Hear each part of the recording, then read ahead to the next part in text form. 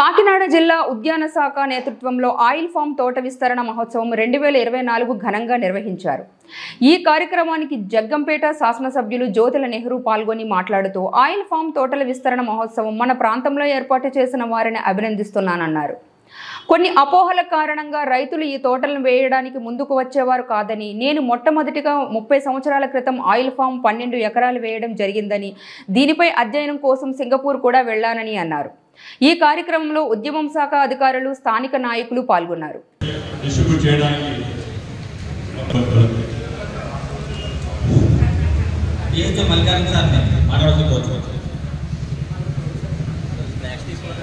వేదికను అలంకరించిన జగ్గంపేట ఎమ్మెల్యే గారి జ్యోతుల నెహ్రూ గారికి, అలాగే పెద్దలకు, జడ్పీటీసీ గారికి, మిత్రులకు, రైతు సోదరులకు అందరికీ నా నమస్కారాలు. ముఖ్యంగా మనం ఆయిల్ పామ్ తోటల పెంపకాన్ని ఈ సంవత్సరం ప్రభుత్వం భారీగా అనుమతించింది. మన జిల్లాలో 1 హెక్టార్కి మొక్కలకి 5,200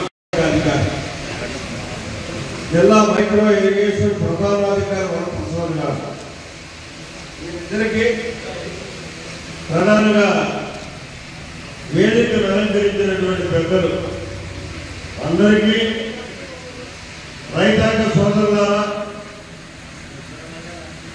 ఈ ఉద్యానవన శాఖలో వివిధ విభాగాల్లో ఉద్యోగాలు నిర్వహిస్తున్నటువంటి సోదరి సోదరులారా, పత్రికా సోదరులారా, మీడియా సోదరులారా,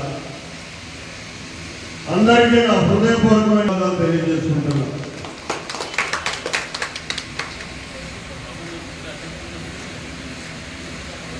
ప్రధానంగా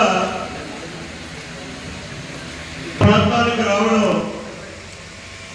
1980లో వచ్చింది.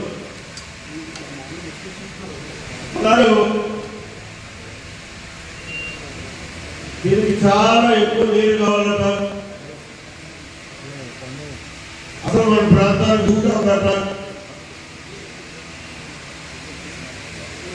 ఇలా రకరకాల అపోహలతో రైతులు ముందుకు వచ్చేవారు. ఇది కోసినటువంటి 12 గంటల్లో ఫ్యాక్టరీలో పోరాట, లేకపోతే ఆ ఫ్రూట్ పాడైపోతాడ, ఈ రకమైన ప్రచారాలు జరిగాయి.